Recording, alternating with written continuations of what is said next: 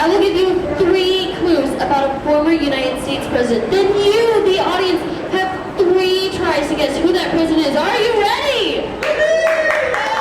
All right, let's get started. Clue number 1. This president is an honorary citizen of Belgium, Finland, and Poland. Clue number 2. This president refused a salary while in office. Clue number 3. This president won in a landslide. Who is this president? Miller Fillmore! No, but that was a great guess. Any other guesses? Chester Arthur! I'm afraid not, but nice try. Anyone else? Herbert Hoover! Good afternoon, everyone.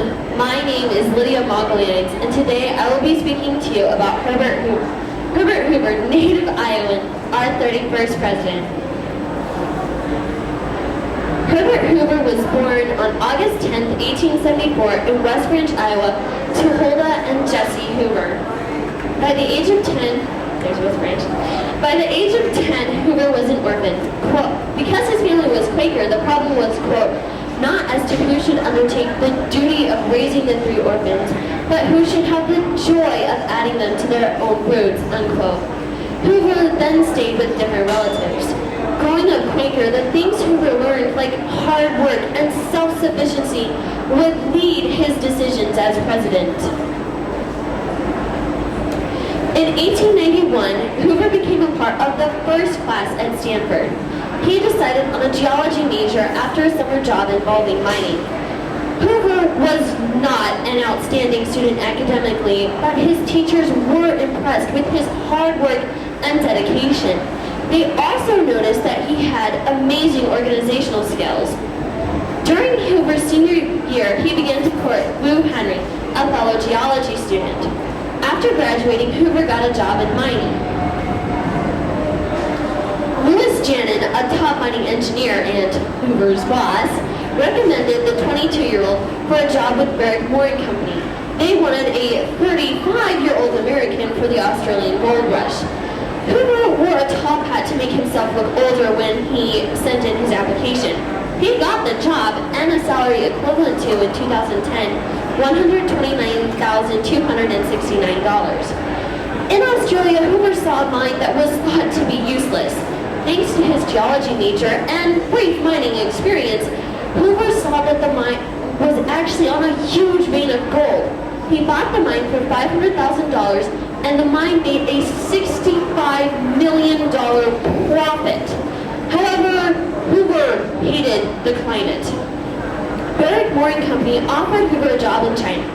Hoover sent 2 telegrams that day. One was to accept this new position, and the second was to ask Lou to marry him. She said yes. Hoover returned to the United States and was married on February 10, 1899. The very next day, the couple went to China, where Hoover received a $20,000 salary. In 2010, that would be $5,170,078.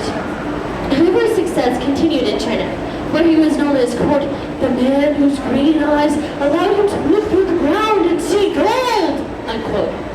However, there was a great amount of tension in China at this time. Many different nations were operating within China, and it was unclear whether China was actually benefiting from any of this. It was at this time that the Boxer Rebellion began. Hoover mobilized 1,000 people overnight to fortify the camp where they were staying. For 30 days, they fended off 30,000 enemies. After this was over, tension over mines and ownership escalated. Hoover got very angry with Barrick Mooring and quit.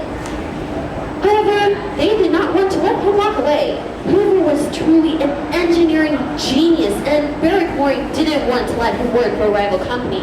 So, they offered him a job where he would receive $12,500 yearly salary, 20% of the company's profit, $250,000 in stock, and he would work in England. Hoover accepted this position. It lasted for 7 years. During this time, Hoover had 2 sons, Alan and Herbert Jr. In 1908, Hoover officially quit with Barrick Mooring. He sold his interest in the company for a $169,000 profit. In 2010, that would be $404,880. In July of 1908, the Herbert Hoover Company was born. By 1910, Hoover was making $100,000 yearly salary. In 2010, that would be $2,310,263. Quote, if a man has not made $1 million by the time he is 40, he's not worth much. Unquote. That was really easy for him to say. He was worth $4 million on the eve of his 40th. In 2010, that would be $85,990,876. Hoover was in the position to live in comfort and generosity for the rest of his life. When World War I began, 1914, Americans who were in Europe fled to London. Here they were stranded due to financial trouble.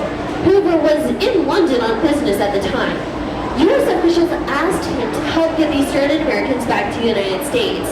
Hoover personally provided the finances and tickets to get these Americans back home.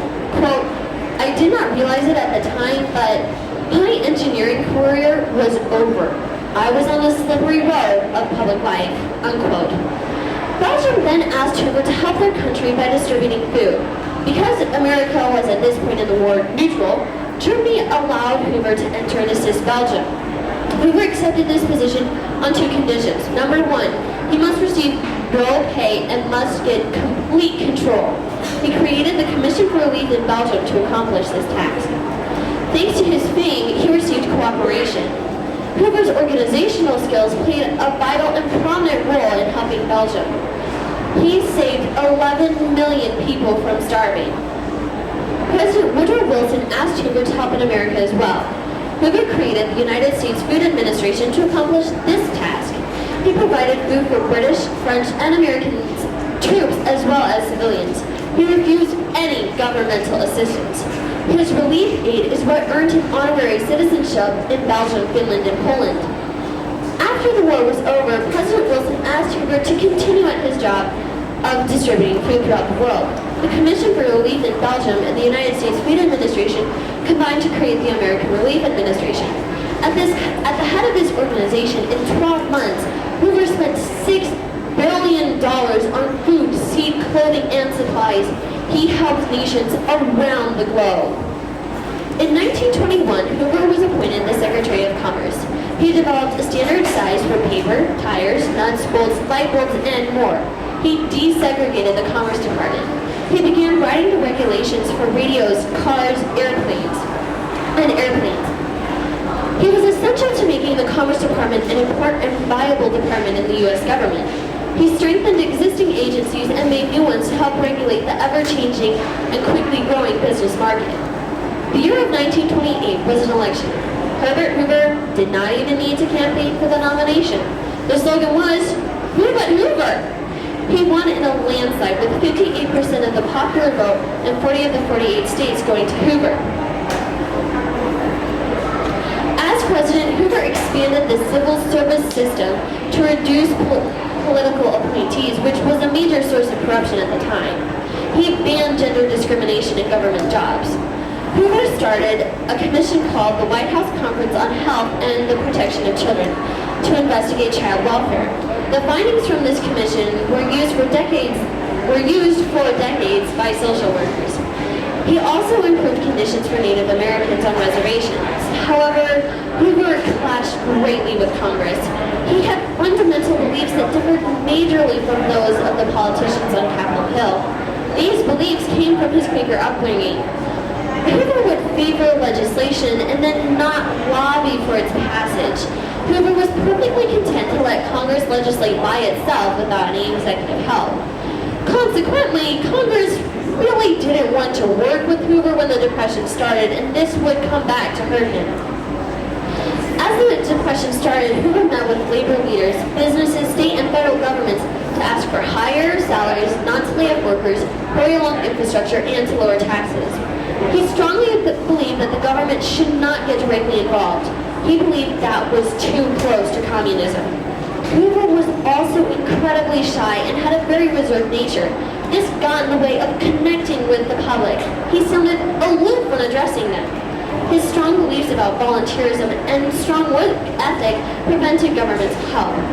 However, Hoover quietly donated thousands of dollars to charities to help stop the Depression and weaken its effects. As a Quaker, though, Hoover believed that good deeds should be done in quiet. Hoover did propose bills that could have helped, but Congress flat out didn't cooperate with Hoover. When the election year came around, Hoover refused to sacrifice his principles for re-election. The Democrats tore into him and attacked his character. They claimed that Hoover was not in touch with reality. They turned the public against him. Hoover stuck to the issues, though, instead of attacking Franklin Delano Roosevelt, the Democratic nominee. What was not public was that Hoover did not receive 1 cent of payment as president. He donated all of it to charity. Hoover lost in a landslide. After the election, Hoover approached Roosevelt so the two of them worked together to stop the Depression. Roosevelt refused and used Hoover's ideas as his own. After Hoover's term as president, he continued to receive harsh criticism and injustice from not only the public but the president. Towards the end of World War II, President Truman asked Hoover to head a program to lead the world yet again. Within months, he had saved millions. It was at this time that Lou died on January 7, 1944, at the age of 68. After the war, President Truman asked Hoover to head a committee on downsizing the government. 191 out of 273 suggestions were passed by Congress. Hoover served as the head of the Boy Scouts for 30 years. He allowed black boys to enter for the very first time. He helped found UNICEF Corps, or the Cooperative Assistance and Relief, everywhere. On Hoover's 88th birthday, his presidential library was dedicated. Hoover was still involved in politics even at this age. He knew of JFK's death and offered his assistance to Lyndon Johnson. On October 20th, 1964, Hoover died in his suite in New York City. He was 90 years old. This ended a remarkable life that was full of impact. Herbert Hoover did many things to make his world better. After his death, public opinion does not take into account the many things he did to change the world and make an impact. All of this began in West Ranch, Iowa in 1874. Through college and a mining career, Hoover was given the resources and abilities to make an impact that is still felt today. These resources were a financial position to help the world, and honing his organizational skills so that he can make it all work logistically. This impact is still felt today. Belgium continues to send flowers to the grave of the man who almost single-handedly saved their nation. Hoover paved the way for equality in government. He started making laws and codes that make our lives better. Imagine not having a universal traffic code. The speed limit could be on the same highway could be 45 in one town, and in the next town it could be 75, and you could get penalized for going over the limit. While Hoover may not have been an outstanding president, he was an outstanding man. This is what we should remember when we think about Herbert Hoover, that he did many things to make an impact and change the world for good. I hope that you have enjoyed my presentation today, and you now have a more favorable view of Herbert Hoover. If you would like to learn more about Herbert Hoover, I strongly recommend that you visit his presidential library and the Herbert Hoover National Historic Site, which are both located in West Ranch, Iowa. They are adjacent to each other, and you can purchase admission to both places at one or the other. Are there any questions? How did you become interested in President Hoover? The question was, how did you become interested in President Hoover? It kind of started with my grandparents. They went to see his library and they came back totally raving, and they're like, oh, it's fantastic, you should go. So then we went on Hoover Days, which is free admission to the Presidential Library and the National Historic Site. And we went to the library, and I didn't know that Hoover had done so many. I had no idea that he had almost single-handedly saved Belgium. I had no idea that he had done so much relief work. I just thought that he, botched the Depression. So I'm like, wow, people should learn about this because he's from Iowa, and a lot of people think, oh yeah, Herbert Hoover, yay, Iowa. But it's more like, oh my gosh, Herbert Hoover did this amazing thing. So I wanted other people to know about that so they could go, yeah, Herbert Hoover, man, he's amazing. So that's kind of why I got started on that. Are there any other questions? All right, thank you so much for your time. Have a good afternoon.